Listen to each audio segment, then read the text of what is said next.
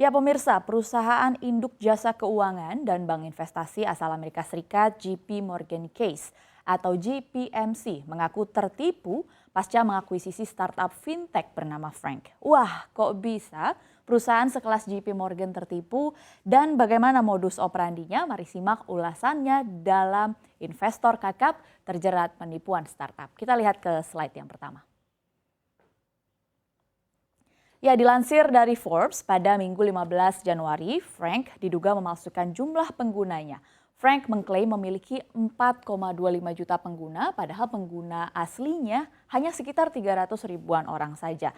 Nah, informasi ini tertuang dalam gugatan yang dilayangkan oleh JP Morgan ke pengadilan di distrik Amerika Serikat di Delaware pada akhir tahun lalu. Nah, kalau pemirsa pernah kirim email ke alamat email yang salah, ini pasti ada notifikasi yang dibalas begitu dengan sebutan notifikasi kegagalan kirim atau failure notice. Nah, kebohongan ini terdeteksi setelah pihak JP Morgan mengirimkan email pemasaran ke 400 ribu user Frank.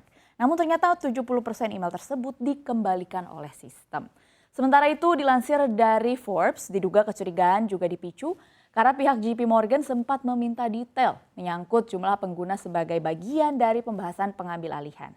Hingga akhirnya petinggi Frank yang akan kita ulas profilnya nanti bernama Charlie Javis berniat memalsukan jutaan akun tersebut. Jadi sebenarnya apa sih startup Frank? Mari kita ulas dalam slide selanjutnya. Ya, Frank sendiri ini merupakan startup yang memberikan layanan berupa pinjaman pendidikan kepada pelajar di Amerika Serikat. Seperti layanan pinjaman lainnya, Frank memiliki basis sistem data pengguna. Setelah JP Morgan mengakuisisi Frank dengan investasi sebesar 175 juta dolar Amerika Serikat atau setara dengan 2,6 triliun rupiah, terungkaplah dugaan penipuan pelanggan palsu di startup ini.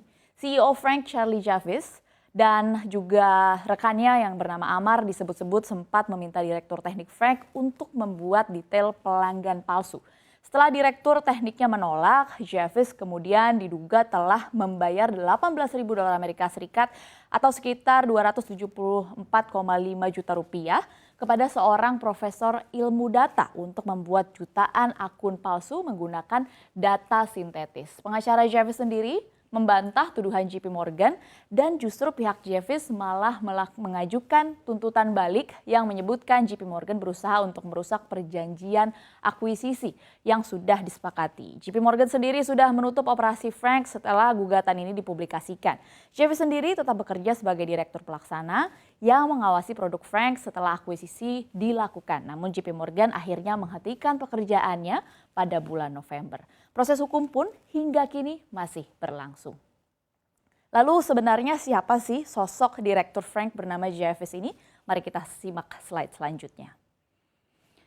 Ya, nama lengkapnya adalah Charlie Javis, perempuan berusia 30 tahun, kelahiran Westchester, New York ini mulai dikenal publik sejak menjalani kesuksesannya di startup Frank. Setelah lulus dari sekolah bisnis Wharton di University of Pennsylvania, Javis mendirikan startup Frank dengan karyawan yang berjumlah 15 orang karyawan saja pada tahun 2016 lalu. Semenjak itu banyak sekali prestasi yang diklaim oleh Javis. Kemudian Javis bahkan disebut-sebut sebagai anak ajaib sebab dirinya dilihat sebagai sosok yang fokus membangun produk keuangan untuk orang-orang miskin dan juga pelajar.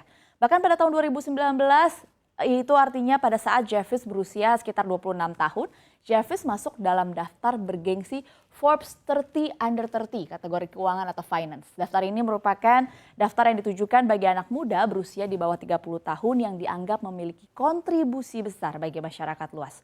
Wah, siapa yang sangka sosok penerima 30 Under 30 malah dituduh menipu JP Morgan hingga 2,6 triliun rupiah. Nah, itu tadi kasusnya yang masih berlangsung. Ada satu lagi kasus yang serupa yang bahkan disebut-sebut sebagai kisah penipuan terbesar dekade ini. Yaitu kalau kasus yang satu lagi ini adalah startup dari bidang kesehatan. Kita lihat ke slide yang selanjutnya. Ya, kasus selanjutnya ini sering disebut dengan kasus Theranos. Kisah Theranos ini menjadi salah satu kasus penipuan terbesar dekade ini yang datang dari industri startup kesehatan. The Wall Street Journal yang pertama kali mengungkap kisah tentang bagaimana teknologi pengujian darah Theranos berjuang untuk memenuhi harapan para investor pada tahun 2015. Dan kisah ini berawal dari seorang perempuan bernama Elizabeth Holmes, di mana kisah ini mulai pada saat ia berusia 19 tahun. Saat itu Holmes memutuskan untuk drop out sebagai mahasiswa dari Universitas Stanford jurusan teknik kimia dan mulai mengembangkan ide pengujian tes darah lewat perusahaan startup bernama Theranos pada tahun 2004. Secara garis besar, model bisnis startup Theranos adalah menjalankan uji darah dengan teknologi sendiri yang membutuhkan hanya sedikit sampel. Tes ini diklaim Elizabeth Holmes dapat secara instan mendeteksi kondisi medis seperti misalnya kanker hingga kolesterol tinggi. Melihat tes yang dijalankan, perusahaan kemudian investor pun berdatangan. Mereka dijanjikan bakal meraup untung besar dari startup Theranos. Kemudian bertahun-tahun Theranos berkembang, investor pun makin banyak yang masuk hingga Theranos dapat mengumpulkan lebih dari $700 Amerika Serikat. Maksud kami 700 juta dolar Amerika Serikat, dan ini datang dari venture capital dan juga investor swasta. Kemudian perusahaan ini telah menghasilkan valuasi hingga 10 miliar dolar Amerika Serikat pada puncaknya, yakni pada tahun 2013 hingga 2014, dan berhasil menyandang status startup dekakorn. Lantas, siapa sosok atau aktor di balik startup ini? Kita lihat ke slide selanjutnya. Ya, sosok utama dari kisah penipuan Theranos ini adalah Elizabeth Holmes. Adapun perjalanan karir Elizabeth Holmes dimulai pada yang tadi sudah kita bahas, Universitas Stanford pada tahun 2002, di mana dia berencana untuk belajar kedokteran sebenarnya, sampai dia menyadari bahwa dirinya takut akan jarum dan juga darah.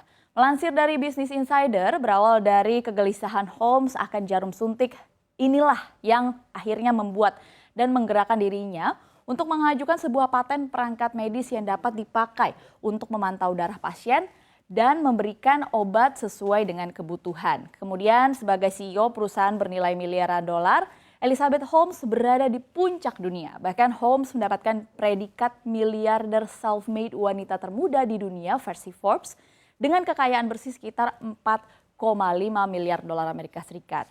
Namun, di balik kekayaan dan juga kesuksesan tersebut, Elizabeth Holmes ternyata tidak berterus terang bahwa teknologi yang dihasilkan lewat Theranos sebenarnya tidak berfungsi.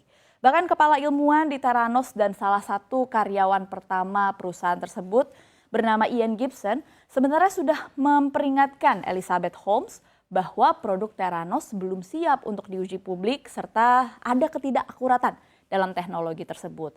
Akhirnya kekurangan dan ketidakakuratan teknologi Theranos terungkap bersama dengan peran yang dimainkan Elizabeth Holmes dalam menutupi semuanya.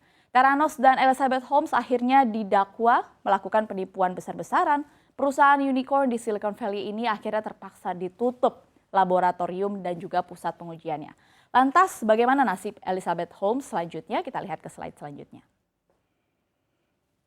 Ya, pengungkapan fakta dan juga saksi lainnya muncul pada tahun 2018 untuk memberikan laporan terperinci tentang tindakan Elizabeth Holmes dan juga mantan kepala operasi Ramesh Suni Balwani yang menipu pasien, kemudian mitra, investor, karyawan tentang perkembangan dan juga kemampuan perusahaan dan juga teknologinya.